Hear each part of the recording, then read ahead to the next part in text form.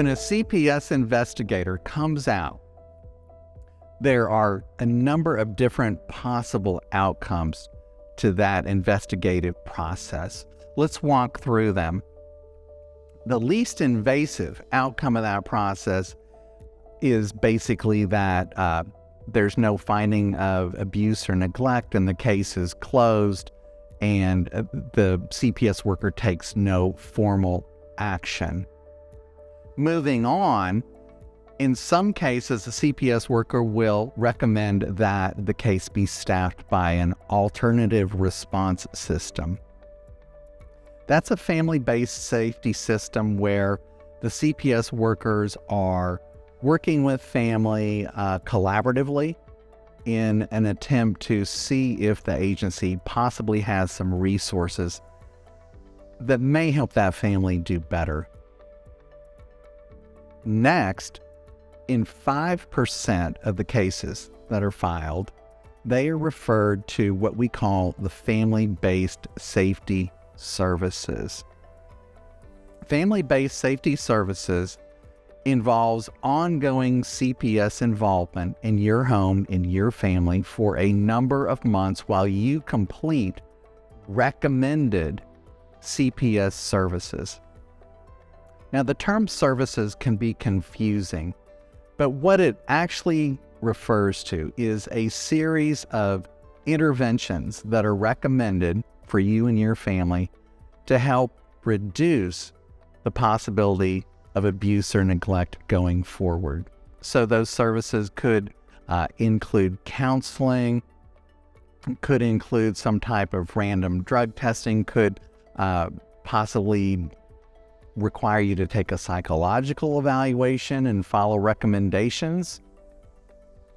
So the main thing to understand with that, as we call it, FBSS case, is that you're going to have to follow along and you're going to have to expect ongoing dealings with the Child Protective Services worker for a number of months. Next, in some instances, Child Protective Services will, on the spot, request that you sign what's referred to as a safety plan. Now, a safety plan is something very important to families because it's usually presented to you on the spot as a take it or leave it proposition. The Child Protective Services worker will tell you this safety plan is voluntary. Well, you've got to kind of put an asterisk next to voluntary. Sometimes it's either jump off the cliff or they're going to push you off the cliff. And by that, I mean many families are convinced to sign off on that safety plan due to a concern that the Child Protective Services investigator may take more invasive action, even leading up to removing children from the home. A safety plan can call upon a family to remove someone who is a suspected perpetrator of child abuse or neglect. It can even require that you find what we call a parent-child safety placement, that you place the child with another family member or kinship. So it's a very serious proposition. Next, the most invasive Child Protective Services action is what we call conservatorship. And that involves formal court involvement where the agency is seeking to be appointed as what we call the temporary managing conservator of your children.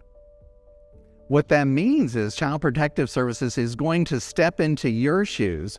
They're going to have physical possession of your children. They're going to make decisions for your children. So, in some of those instances, the child will remain in CPS foster care. Hopefully, there'll be a relative placement that you can identify to help at least make the best of a bad situation by getting your child with persons they're familiar with. So I'd like you to remember this when we're talking about outcomes. In 2022, there were approximately 275,000 CPS investigations throughout the state of Texas. 92% of those investigations are closed with no action being taken. 5% of those cases are referred to family-based safety services. Again, that's a family still remaining together in the home. And then finally, that 3%, those are the cases where children have been removed from the home and placed in conservatorship of the agency.